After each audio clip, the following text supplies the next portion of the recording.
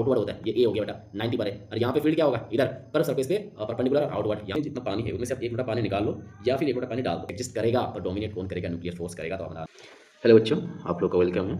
आइए आज हम लोग इलेक्ट्रिक चार्जेस एंड फील्ड से कुछ क्वेश्चन देखने वाले हैं। ये ओनली कॉन्सेप्चुअल क्वेश्चन रहेंगे, बस सबको पढ़ करके आंसर देने हैं। चलिए देखते हैं।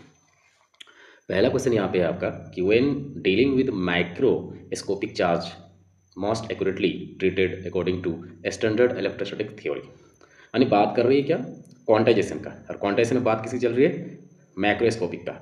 आपको जब क्वांटाइजेशन पढ़ाया गया था बेटा, तो उसके अंदर आपको बताया गया था क्वांटाइजेशन के अंदर कि क्वांटाइजेशन बेसिकली किसके लिए आता है, क्वांटाइजेशन बेसिकली आता है बेटा माइक्रोस्कोपिक के लिए, जो MIC वाला होता है। जैसे माइक्रोस्कोपिक स्टडी, यहाँ पे क्या है, MIC है, और यहाँ पे क्या है, MAC, और ये MIC। यानी ये क्या है, बहुत छोटी चार्ज, जब बहुत छोटी चार्ज से डील की जाती है ना, स्मॉल चार्ज से, तो उस वक्त स्मॉल चार्ज से जब डील की जाती है बेटा, तो उस वक्त आती है हमारी MIC वाला बात। जब चार्जेस की अमाउंट बहुत बड़ी होती है तो उस वक्त आती है MAC वाला। तो चार्जेस अगर बहुत बड़ी है बेटा, तो उस टाइम छोटे चार्ज का ऐड हो जाना या वहाँ से हट जाना कोई फ़र्क नहीं पड़ेगा, वो चार्ज कैसे बिहेव करेगा, कंटिन्यूस ही रहेगा। फॉर एग्जांपल्स मैं आपको कहूँ बेटा कि समुद्र में तो उस पानी की कंटिन्यूएशन में कोई फ़र्क नहीं आएगा बेटा। आप ये पता नहीं कर पाओगे कि पानी घट गया 1 लोटा निकालने से या 1 लोटा पानी डालने से पानी बढ़ गया, आप नहीं बता सकते। पानी पहले भी जैसा था बाद में वैसा है, मीन्स ऐसा कह सकते हैं कि पानी अपनी कंटिन्यूएशन को मेंटेन रख रही है। सेम उसी तरह से बेटा जब हम लोग बहुत ह्यूज चार्ज से डील करते हैं, जिसे मैक्रोस्कोपिक कहते हैं, वैसे टाइम पे आप 1 इलेक्ट्रॉन की चार्ज को आप ऐड कर दो या फिर सब्ट्रैक्ट कर दो, कोई फर्क नहीं पड़ेगा। तो वैसे कंडीशन में हमारा क्वांटाइजेशन मीनिंगलेस होता है, हमारा क्वांटाइजेशन कोई काम का नहीं होता है। इस क्वेश्चन में बताना चाह रहा है। तो अगर ऑप्शन आप देख लेंगे कि B option, it is consider meaningless और treated as a continuous charge distribution, तो ये हमारा ऑप्शन बेटा सही होता है इस सवाल के लिए। यहाँ पे आपको याद रखना था क्वांटाइजेशन बेसिकली डील करता है बहुत छोटी छोटी चार्जेस पर, जैसे इलेक्ट्रॉनिक चार्ज पर। तो वहाँ पे 1 इलेक्ट्रॉन की चार्ज घटेगा बढ़ेगा तो वहाँ पे फर्क पड़ेगा, क्योंकि क्वांटाइजेशन हमें ये समझाना चाह रहा था कि स्मॉलेस्ट चार्ज की अमाउंट कितनी होती है और उसे हम और डिवाइड नहीं कर सकते, या उससे छोटी चार्ज एग्जिस्ट नहीं हो सकता। ये हमें क्वांटाइजेशन बताने की कोशिश कर रहा है, यानी ये बहुत छोटी चार्ज की एग्जिस्टेंस और उससे डील करता है। चलिए नेक्स्ट क्वेश्चन देखिए। नेक्स्ट क्वेश्चन है कि which of the following phenomena best demonstrate the principle of conservation of electric charge at the सब एटॉमिक लेवल। यानी सब एटॉमिक लेवल का मतलब हो गया इलेक्ट्रॉन की बेसिस पर, प्रोटॉन की बेसिस पर। अगर हमें क्या करना है, principle of conservation of charge को समझना है, तो इन चार में से कौन सा ऑप्शन जो बेस्ट डिस्क्राइब कर रहा है। तो बेटा आप जब पढ़े थे और मैंने प्रॉपर्टी ऑफ चार्ज पढ़ाया था, तो उसके अंदर मैंने कंजर्वेशन चार्ज में 2 एग्जांपल्स बताया था, पेयर प्रोटेक्शन और इनहेलेशन। ये आपको बताया था कि ये दोनों ही एग्जांपल्स क्या है, चार्ज के कंजर्वेशन का। इन दोनों में कोई नया चार्ज नहीं बनता है, जो इनिशियल चार्ज और फाइनल चार्ज होता है वो कॉन्स्टेंट रहता है। दोनों में क्या होता है, जीरो ही रहता है, before the process and after process. यहाँ भी before process after process total charge system को कंजर्व रहता है, कॉन्स्टेंट रहता है, बराबर रहता है, और वो कितना 0 होता है। और ये दोनों प्रोसेस एक दूसरे के क्या है, रिवर्स है। तो हमारा जो आंसर हो गया बेटा कौन सा हो गया, हमारा आंसर हो गया बेटा ए ऑप्शन। चलिए नेक्स्ट क्वेश्चन देख लेते हैं। A solid conducting sphere is giving a positive charge, how does the charge distribution compare to that of a hollow conducting sphere of the same radius given the same charge. आपने क्या कह दिया कि body का radius भी same है और उसे क्या किया गया, सेम चार्ज दिया गया, और दोनों क्या कंडक्टिंग है। तो क्या होगा बेटा, क्या solid spheres has charge distribution through out its volume. नहीं, कंडक्टर में कभी चार्ज बेटा वॉल्यूम पे नहीं रहता, वो ट्रैवल करके एक दूसरे को रिपेल करते हुए कहाँ पे आ जाता है, सरफेस पर आ जाता है। तो ऑप्शन तो हमारा हुआ नहीं। Both spheres have the charges distributed uniformly entirely on the outer surface. Yes, क्योंकि कंडक्टिंग है तो कंडक्टिंग है, इसका मतलब सारे चार्ज क्या हो जाएगा, निकल करके अंदर से उसके सरफेस पर आ जाएगा और यूनिफॉर्मली डिस्ट्रीब्यूटेड होंगे। तो हमारा ऑप्शन क्या हो गया, बी बेटा हमारा ऑप्शन राइट हो गया। अब अगला सवाल को देखते हैं। इनवेरियंस हमने बताया था बेटा, आपको पढ़ाया था चार्ज की प्रॉपर्टी में चार्ज इनवेरिएंट इन नेचर होता है, और मैंने उसमें बताया था इसका मतलब क्या होता है कि चार्ज किसी बॉडी का चार्ज अपने ही बॉडी के मोशन पर डिपेंड नहीं करता, या ऑब्जर्वर पर डिपेंड नहीं करता, या ऑब्जर्वर के मोशन पर डिपेंड नहीं करता। मैंने बताया था, अगर आप ऑप्शन खोजेंगे तो यहाँ पे मिल जाएगा, the magnitude of charge on a particle does not depend on its velocity. हमारा ये ऑप्शन सही हो गया। नेक्स्ट चलिए, 2 point charges are separated by a distance in a vacuum if a dielectric slab is inserted between them without touching the charges, and the electrostatic force is directly between the 2 original charges, ignoring induced charges in the dielectric. कहने का मतलब है कि 2 point charges लिया था और उसके बीच में कोई मीडियम नहीं था, सिर्फ एयर था। उस वक्त जो फोर्स था आप उसे माइंड कर लीजिए। और उसके बाद हम क्या कर रहे हैं, अब हम दोनों चार्ज के बीच में एक डाइलेक्ट्रिक मटेरियल को क्या कर रहे हैं, इंट्रोड्यूस कर रहे हैं। तो अब जो फोर्स है वो क्या होगा, इंक्रीज करेगा या डिक्रीज करेगा। बेसिकली जो फोर्स होता है बेटा वो क्या होता है बेटा, डिक्रीज करता है। क्या करता है, डिक्रीज। क्योंकि अगर आप देखोगे फोर्स का जो फॉर्मूला होता है, इलेक्ट्रिक फोर्स का फॉर्मूला होता है या इलेक्ट्रोस्टैटिक फोर्स का जो फॉर्मूला होता है बेटा, कापा होता है बेटा, जैसे के भी कह सकते हैं, Q1 Q2 bye are square होता है। अब कापा को अगर आप खोलोगे बेटा तो कापा के बराबर क्या होता है, 1/4 पाई एप्सिलॉन नॉट होता है, 1/4 पाई एप्सिलॉन नॉट होता है। और डाइलेक्ट्रिक जब भी आता है बेटा वो नीचे आता है। जैसे इसी फोर्स को अगर मुझे लिखना हो तो अपन क्या लिखेंगे, अपन लिखेंगे Q1 Q2 बाई के का वैल्यू लिख रहा हूँ बेटा 4 पाई एप्सिलॉन नॉट, और नीचे क्या था, आर स्क्वायर। पर इस बार क्या बोल रहा है, इस बार बोल रहा है हमने डाइलेक्ट्रिक मटेरियल रखा है, तो डाइलेक्ट्रिक मटेरियल के लिए हम लोग क्या लेते हैं बेटा, एप्सिलॉन आर लेते हैं। क्या लेते हैं, एप्सिलॉन आर। और ये एप्सिलॉन नॉट और एप्सिलॉन आर इक्वल टू क्या होता है, एप्सिलॉन हो जाता है। तो हम वहाँ पे क्या लिखते हैं, या उतना दूर जाने की जरूरत है नहीं। आप देख लीजिए डाइलेक्ट्रिक डाल दिए नीचे, तो नीचे जा रहा है, तो नीचे जा रहा था फोर्स से क्या है, इनवर्सली प्रोपोर्शनल हो जाएगा। आप इसको छोड़ो, तो इसको ऐसे लिखो, ये फोर्स के क्या हो जाएंगे, ये फोर्स के क्या हो जाएंगे, इनवर्सली प्रोपोर्शनल। तो ये आपने डाला, ये वैल्यू बढ़ा, तो इसकी वैल्यू क्या हो जाएगा, घट जाएगा। तो फोर्स क्या करेगा, डिक्रीज करेगा। आप ऐसे लिख सकते हैं। और ये दोनों इक्वल टू एप्सिलॉन भी होता है, इसके जगह पे आप ओनली एप्सिलॉन भी रख सकते हैं, एप्सिलॉन भी रख सकते हैं। यानी Q1 Q2 by 4 pi epsilon r square भी लिख सकते हैं। बेसिकली मुझे यहाँ देखना था डिक्रीज कर रहा है कि इंक्रीज कर रहा है। अगर ये ऊपर आता बेटा Q1 Q2 के प्रोडक्ट में आता तो इंक्रीज करता, ये डिवाइड में तो फोर्स क्या करेगा, डिक्रीज करेगा बेटा। चलिए नेक्स्ट चलते हैं। The principle of superposition in electrostatics is a direct consequences of.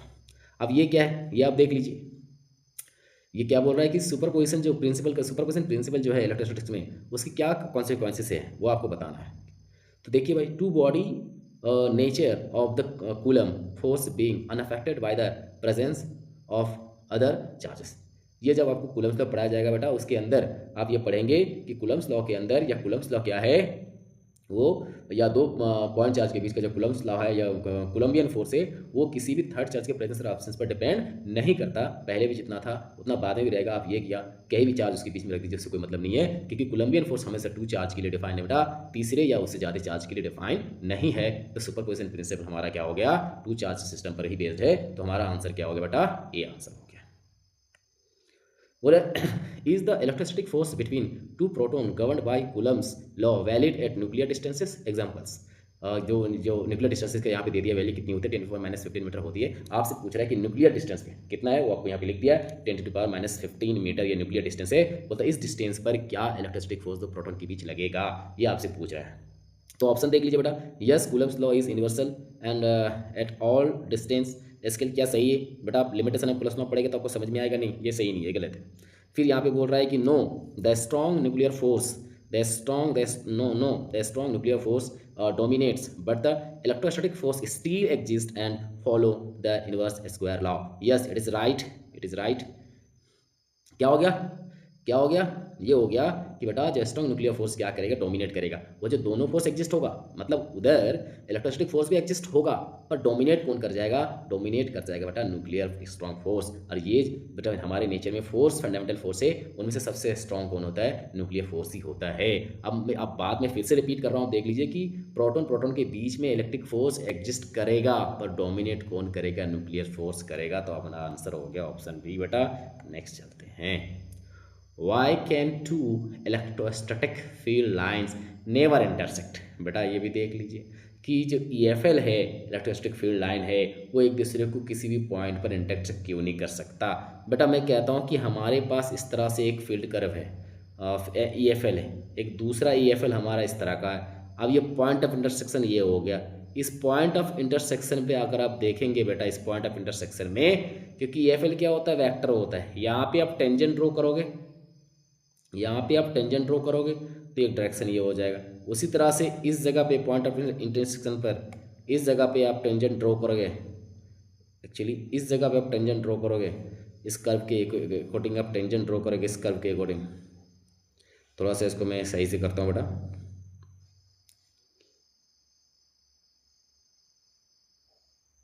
इसके अकॉर्डिंग टेंजेंट ड्रॉ करोगे तो एक डायरेक्शन इधर हो गया। तो एक पॉइंट पर किसी भी वेक्टर के लिए 2 डायरेक्शन डिफाइन होना पॉसिबल ही नहीं है बेटा। It is not possible to have a 2 direction for one thing at a single point, it is not possible. इसीलिए इंटरसेक्शन पॉसिबल नहीं है। सीधी सी बात आपको ये समझना है कि पॉइंट ऑफ इंटरसेक्शन में उस कि EFL के पास दो डायरेक्शन हो जाता है सिंगल पॉइंट पर, जो कि एग्जिस्ट नहीं कर सकता, ये पॉसिबल नहीं है, इसीलिए इंटरसेक्शन EFL एग्जिस्ट नहीं करता है।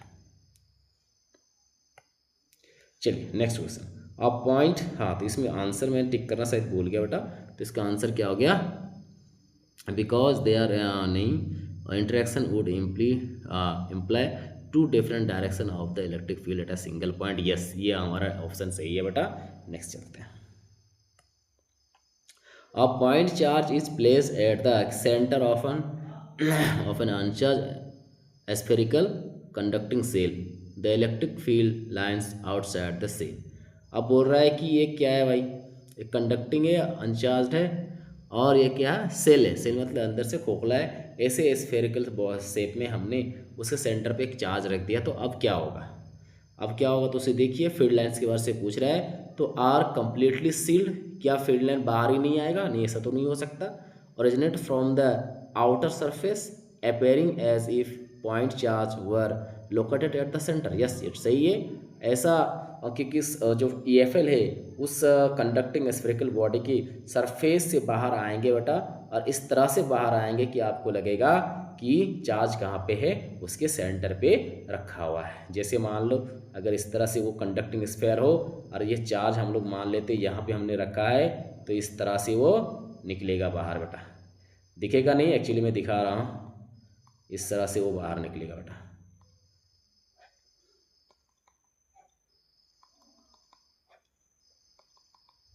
इस तरह से सरफेस से चलेंगे, वो रेडियली आउटवर्ड चलेंगे। चलिए नेक्स्ट देखते हैं। Consider the electric field of a continuous uniform infinite seat of charge with of the following statement is conceptually correct. आपको बोल रहा है कि भाई एक क्या है, इन्फिनिट सीट है, एक इन्फिनिट क्या है, सीट है। इस इन्फिनिट सीट मान लो पॉजिटिव चार्ज या नेगेटिव चार्ज कुछ के, इसके द्वारा आपको इलेक्ट्रिक पॉइंट फील्ड निकालना है। तो बेटा हम जानते हैं इसके अंदर जो इलेक्ट्रिक फील्ड आती है उसकी वैल्यू होती है σ/2 एप्सिलॉन नॉट। और यहाँ पे आप देख लेंगे तो इसमें डिस्टेंस है ही नहीं, ये डिस्टेंस पर डिपेंड नहीं करता, इंडिपेंडेंट ऑफ डिस्टेंस है। अब ऑप्शन को आप देख लीजिए, the field strength decreases in linear distance, हो ही नहीं सकता क्योंकि डिस्टेंस पर डिपेंड नहीं करता, तो पहला वाला तो रॉन्ग है। The field is completely independent of distance from the seat, हाँ ये सही है क्योंकि यहाँ पे डिस्टेंस है ही नहीं, डिस्टेंस है ही नहीं, तो डिस्टेंस पर डिपेंड नहीं करता है। In a region where the electric field lines are parallel and equally spaced, the electric field is, बेटा अगर इलेक्ट्रिक फील्ड इक्वली स्पेस्ड हो और सेम डायरेक्शन में हो तो उस फील्ड को हम लोग बोलते हैं बेटा यूनिफॉर्म। क्या बोलते हैं, यूनिफॉर्म। यूनिफॉर्म डायरेक्शन में भी होगा और मैग्नीट्यूड में भी होगा। तो ऑप्शन आप देख लीजिए, uniform in both, C option बेटा आपका राइट है। चलते हैं नेक्स्ट। तो क्या कह रहा है, कि N electric dipole is placed in a non uniform electric field, it will experience. अगर नॉन यूनिफॉर्म मतलब जो इक्वली स्पेस नहीं हो सकता, एक नज़दीक एक दूर है, ऐसी जगह पे आपने क्या कर दिया, एक इलेक्ट्रिक डायपोल को रख दिया, अब ये क्या रहा है कि जब किसी नॉन एक्सटर्नल इलेक्ट्रिक फील्ड में हम इलेक्ट्रिक डायपोल को रखते हैं तो क्या एक्सपीरियंस करेगा, सिर्फ फोर्स, सिर्फ टॉर्क, या दोनों बेटा, ये दोनों करेगा। क्योंकि नेट फोर्स कुछ ना कुछ होगा, तो उसकी वजह से टॉर्क भी उसमें डायपोल में क्या हो जाएगा, अराइज हो जाएगा बेटा। डायपोल में क्या हो जाएगा, अराइज हो जाएगा। When an electric dipole is aligned parallel to the uniform electric field, its equilibrium is, बेटा यूनिफॉर्म इलेक्ट्रिक फील्ड है, इक्वली स्पेस्ड होगा, सेम डायरेक्शन होगा, इस तरह से। और यहाँ पे क्या बोल रहा है, एक इलेक्ट्रिक फील्ड मैंने ऐसे रखा था पिछले सवाल में।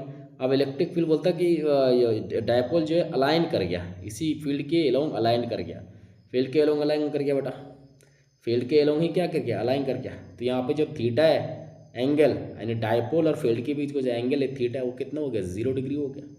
0 डिग्री हो गया। जब 0 डिग्री हो गया तो पोटेंशियल एनर्जी निकालिए। पोटेंशियल एनर्जी क्या होता है, ये होता है आपका पीई। पोटेंशियल एनर्जी क्या होता है, इसको पी कर ले। पोटेंशियल एनर्जी क्या होता है, पोटेंशियल एनर्जी होती है आपकी PE cos theta. Cos theta कितना, 0 डिग्री, कितनी वैल्यू आ गई 1, क्या आ गई, पी आ गई, पी इसमें माइनस में। तो पोटेंशियल एनर्जी इस केस में क्या होता है बेटा, मिनिमम होता है। और डायपोल क्या होता है, स्टेबल होता है, क्योंकि 0 डिग्री पर आ गया, वो आप किधर ही मूव नहीं करेगा, वैसे ही रहेगा। तो इस हिसाब से आप देख लें सी नंबर में stable because it's potential energy is minimum. At large distance where r is very greater than a from a short electric dipole the electric field strength varies। तो बेटा आप देखेंगे, चाहे आप एक्सियल पॉइंट में देख लीजिए, चाहे आप क्या इक्वेटोरियल पॉइंट पर देख लीजिए, आपने देखा था कि उसके अंदर जो इलेक्ट्रिक फील्ड की वैल्यू आती है 2 kp/r³ आती है, kp/r³ आती है। तो जो फील्ड की स्ट्रेंथ है वो r³ के साथ क्या है, इनवर्सली प्रोपोर्शनल है। तो हमारा आंसर बेसिकली बेटा क्या हो जाएगा, 1/r³।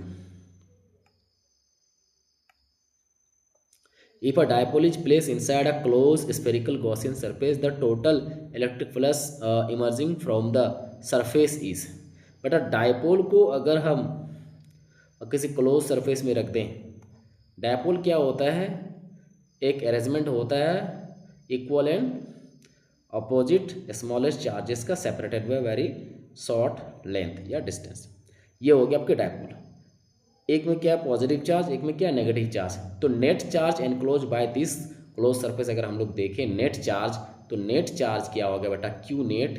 क्यू नेट हमारा आ जाएगा 0, क्योंकि प्लस और माइनस की मैग्नीट्यूड बराबर है, और क्या कि नेचर अपोजिट है, ऐड करेंगे तो चार्जेस क्या आएंगे, 0 आ जाएंगे। तो net charge enclose by this close figure is 0, इसलिए EFL क्या हो जाएगा, फील्ड लाइंस इस सरफेस से बेटा वो हो जाएगा 0। आगे बढ़िए। Gauss law is fundamentally a consequence of. Gauss law किसकी कॉन्सिक्वेंसेस है भाई, कूलम्स लॉ के। बात खत्म, ज़्यादा दिमाग नहीं लगाने का। तो क्या हो गया भाई, inverse square law depends of Coulomb's law on distance. तो ये आपकी बात समझ में आ गई। B number. चलिए, if the inverse square law of electrostatics were somehow an inverse cube law, which of the following statement would be true। क्या बोल रहा है कि इनवर्स स्क्वायर लॉ स्क्वायर के जगह पे अगर क्यूब के क्या होते हैं, इनवर्स से प्रोपोर्शनल होते हैं डिस्टेंस का, तब क्या होता है, तब क्या होता है, क्या Gauss law would remains unchange, क्या गॉस लॉ में कोई फर्क नहीं पड़ता, क्या Gauss law would no longer hold valid for arbitrary close surface. Yes बेटा, गॉस लॉ फिर क्लोज सरफेस के लिए, किसी भी क्लोज सरफेस के लिए वैलिड नहीं होता, क्योंकि गॉस लॉ कूलम्स लॉ पे वैलिड होता है। कूलम्स लॉ की कहानी चलती है स्क्वायर लॉ पर बेटा। चलिए, तो इस हिसाब से आपकी ऑप्शंस कौन सी होगा बेटा, ऑप्शंस हो गई बी बेटा। चलिए next. A point charge plus q is placed just outside a closed cubic surface, the total electric flux। Total electric flux कितने हो जाएगा, 0 हो जाएगा। क्यों, अगर अपने चार्ज को कहीं भी रख दिया और यहाँ पे आपने क्या ले लिया बेटा, अगर यहाँ पे आपने क्या ले लिया, क्यूब ले लिया बेटा, क्यूब ले लिया, यहाँ पे आपने क्या ले लिया बेटा, क्यूब ले लिया। तो जितने यहाँ से जितने फील्ड जब इस सरफेस को इन करेंगे, इस सरफेस से लीव कर जाएंगे, तो इनर वाला क्या हो जाएंगे नेगेटिव और आउटर वाला क्या हो जाएंगे पॉजिटिव। तो दोनों को आखिर जोड़ोगे तो क्या होने वाला है, घुमा फिरा के टोटल क्या हो जाएगा, 0 हो जाएगा। तो टोटल क्या हो जाएगा बेटा, 0 हो जाएगा। तो बात खत्म। चलिए बेटा नेक्स्ट। तो टोटल फील्ड लाइन क्या हो जाएगा, 0 हो जाएगा। Inward field negative, outward field positive, तो दोनों मिलके क्या हो जाएंगे, नेट निकालेंगे तो 0 हो जाएगा। चलो भाई, a Gaussian surface encloses an electric dipole if the surface is shortest into an irregular shape without crossing the dipole charges the total electric flux। तो क्या होंगे, फिर से 0 हो जाए, रिमेन्स 0 ही होंगे। क्योंकि आप कुछ भी कर लीजिए, आपने क्या करके रखा है, आपने क्या करके रखा है, सर इसमें नहीं, सॉरी, आपने क्या करके रखा है, जो क्लोज फिगर है उसके पास नेट चार्ज क्या है, अभी भी 0 है, क्योंकि डायपोल है, एक में पॉजिटिव एक में नेगेटिव, दोनों चार्ज की मैग्नीट्यूड सेम, ऐड करोगे तो क्या हो जाएगा, 0 हो जाएगा। तो अभी भी चाहे आप थोड़ा हल्का फुल्का शेप चेंज कर दीजिए उस बॉडी का, पर नेट चार्ज इनक्लोज करके रखा है बॉडी, उसके वो कितना है, वो 0 ही है। तो इसलिए पहले भी जीरो होगा AFL और बाद में भी AFL क्या होगा आपका जीरो होगा, उसमें कोई चेंजेस नहीं होंगे। In applying Gauss law to find the electric field on an infinitely long straight charged wire the optimal Gaussian surface is a cylinder and the flux through the flat surface cap of this cylinder is। मतलब क्या बोल रहा है कि अगर आप एक rod के द्वारा, आपको क्या निकालना, चार्ज रॉड है, मैं पॉजिटिव ही मान के चल रहा हूँ, इसके द्वारा आपको क्या करना है बेटा, अगर इलेक्ट्रिक फील्ड निकालना तो उसके लिए हमें क्या लेना पड़ता है, उसके लिए हमें सिलेंड्रिकल गॉसियन सरफेस लेना पड़ता है। उसके लिए हमें क्या लेना पड़ता है, सिलेंड्रिकल गॉसियन सरफेस लेना पड़ता है बेटा, सिलेंड्रिकल गॉसियन सरफेस लेना पड़ता है। तो हमसे ये पूछ रहा है कि ये दोनों सर्कुलर जो प्लेन है, इस सर्कुलर प्लेन में हमसे पूछ रहा है कितना होगा, हाँ फ्लक्स कितना होगा। तो फ्लक्स का फॉर्मूला क्या होता है बेटा, फ्लक्स का फॉर्मूला फाई इक्वल टू बेटा होता है AE cos theta, AE cos theta होता है बेटा। और यहाँ पे एरिया वेक्टर क्या होंगे, यहाँ पे एरिया वेक्टर क्या होता है, परपेंडिकुलर आउटवर्ड होता है, ये A हो गया बेटा 90 पर है। और यहाँ पे फील्ड क्या होगा, इधर कर्व सरफेस पे परपेंडिकुलर और आउटवर्ड, यहाँ पे हो गया E। तो A और E के बीच एंगल कितना है 90 डिग्री का, तो कॉस 90 रखोगे तो क्या हो जाएगा जीरो, तो zero into E into A क्या हो जाएगा सब जीरो। तो फ्लक्स आपका क्या आ जाएगा बेटा, यहाँ पे जीरो आ जाएगा दोनों सर्कुलर फ्लैट सरफेस पर। तो आप देख लीजिए जीरो, क्योंकि electric field is perpendicular to the area vector, B option is right. Next question चलिए, inside a solid conductor in electrostatic equilibrium the electric field is always zero, this implies that electric field क्या आ रहा है बेटा, हमेशा zero आ रहा है। तो potential is zero, या potential is constant throughout its volume and of the conductor and is equal to the its surface. बेटा आपको पता है कि पोटेंशियल इस सरफेस पे जितना होता है बेटा, वही पोटेंशियल इस पूरे अंदर वाले वॉल्यूम पे, अंदर वाले स्पेस पे होता है, जिसे वॉल्यूम कहते होता है। सरफेस वाला ही पोटेंशियल पूरी जगह बराबर होता है, रिमेन्स सेम होता है, यानी कांस्टेंट होता है। और आपको एक फॉर्मूला पता है बेटा, E equal to minus dV/dr। यहाँ पे अगर ये पोटेंशियल कांस्टेंट होगा, उसकी डिफ्रेंसिएशन क्या हो जाएगी, जीरो हो जाएगी। तो E क्या हो जाएगा बेटा, जीरो हो जाएगा। तो ऑप्शन हमारा क्या हो गया, ऑप्शन हमारा हो गया बेटा बी ऑप्शन इज करेक्ट।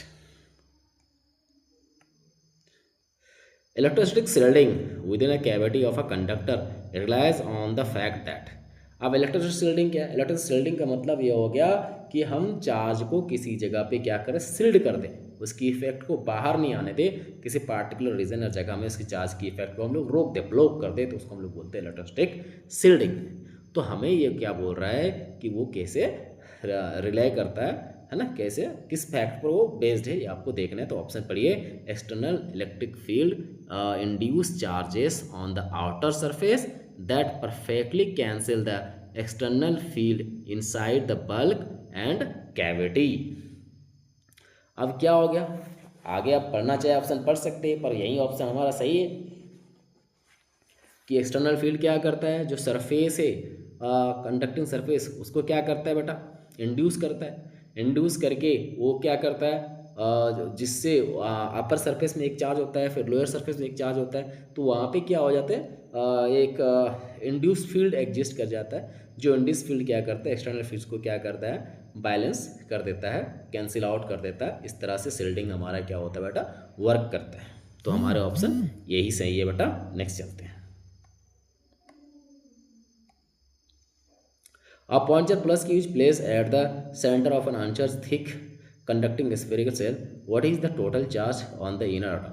ये क्या बोल रहा है कि एक कंडक्टिंग थिक सेल है और वो हॉलो है, सेल का मतलब ही हॉलो होता है, उसके सेंटर पे एक चार्ज रख दिए, तो क्या होगा, उस जो सेल है उस सेल की इनर सरफेस में क्या चार्ज होगा और आउटर में क्या होगा। तो अगर आपने सेंटर में पॉजिटिव रखा है तो इनर में नेगेटिव होगा, क्योंकि वो अट्रैक्ट करेगा नेगेटिव वाले को, और नेगेटिव अगर इस लोअर इनर वाले सरफेस में आ जाएगा तो अपर वाले सरफेस में क्या ऑटोमेटिकली डेवलप हो जाएगा, पॉजिटिव।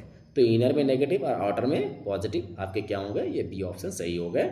चलिए नेक्स्ट चलते हैं।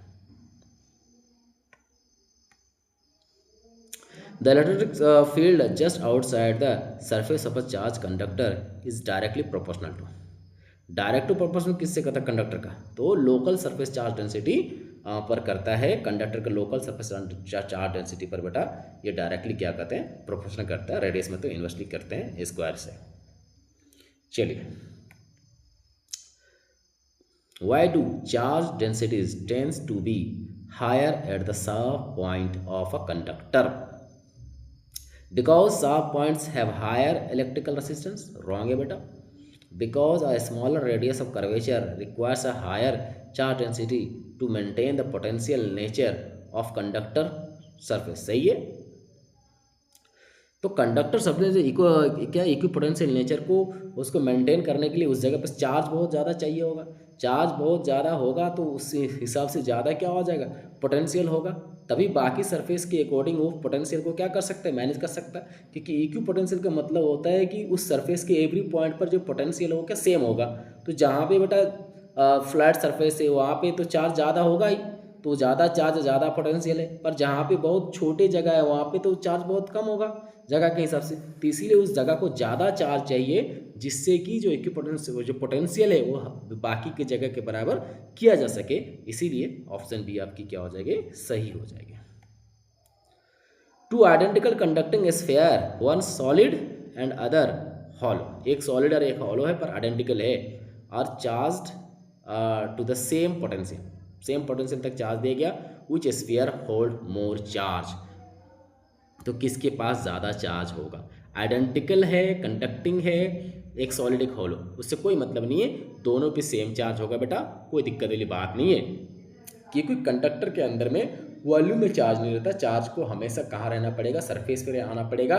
जब सरफेस पे आएगा दोनों बराबर है, आइडेंटिकल है, तो इक्वल चार्ज ही क्या करेंगे, होल्ड करेंगे बेटा। नेक्स्ट चलते हैं।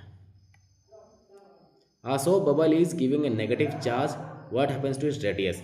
अगर सो बॉल को नेगेटिव चार्ज देंगे तो उसके रेडियस का क्या होगा बेटा, तो रेडियस क्या कर जाएगा बेटा, इंक्रीज कर जाएगा। क्यों इंक्रीज कर जाएगा, क्योंकि जैसे ही नेगेटिव चार्ज देंगे तो एक नेगेटिव चार्ज दूसरे नेगेटिव चार्ज को क्या करेगा, रिपेल करेगा, और जैसे ही रिपेल करेगा तो उस बबल का साइज बढ़ जाएगा, साइज बढ़ जाएगा तो रेडियस बढ़ जाएगा बेटा। नेक्स्ट क्वेश्चन बेटा, when a neutral conductor is brought near a positively charge object it experiences. तो न्यूट्रल वाले को चार्ज के पास लाएंगे तो क्या करेगा, उसको अट्रैक्ट करेगा, नेट अट्रैक्टिव फोर्स फील करेगा। आप ये कहाँ पढ़े हैं, ये पढ़े हैं आप इलेक्ट्रोस्टैटिक इंडक्शन के में पढ़े हैं, जो process of charging a body था उसके अंदर आपने ये पढ़ा है। The dielectric constant relative to permittivity of a metal is consider. Metal की डायलैक्ट्रिक कांस्टेंट कितना मानते हैं बेटा, इन्फिनाइट मानते हैं बेटा।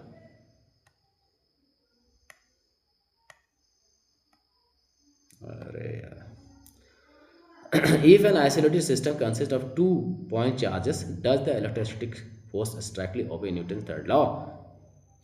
अगर कोई आइसोलेटेड सिस्टम इसमें 2 पॉइंट चार्ज है तो क्या वो डायरेक्टली न्यूटन जो उसके जो इलेक्ट्रोस्टैटिक फोर्स है क्या वो डायरेक्टली न्यूटन को फॉलो करते हैं? अब बोला जाए बिल्कुल करते हैं, बिल्कुल करेगा भाई। तो पहला वाला आप देख लीजिए, yes the force are always equal and opposite and along the line joining. सही है, ये तो कूलम्स का डेफिनेशन ही है। दूसरा, नो नो वाली बातें नहीं है।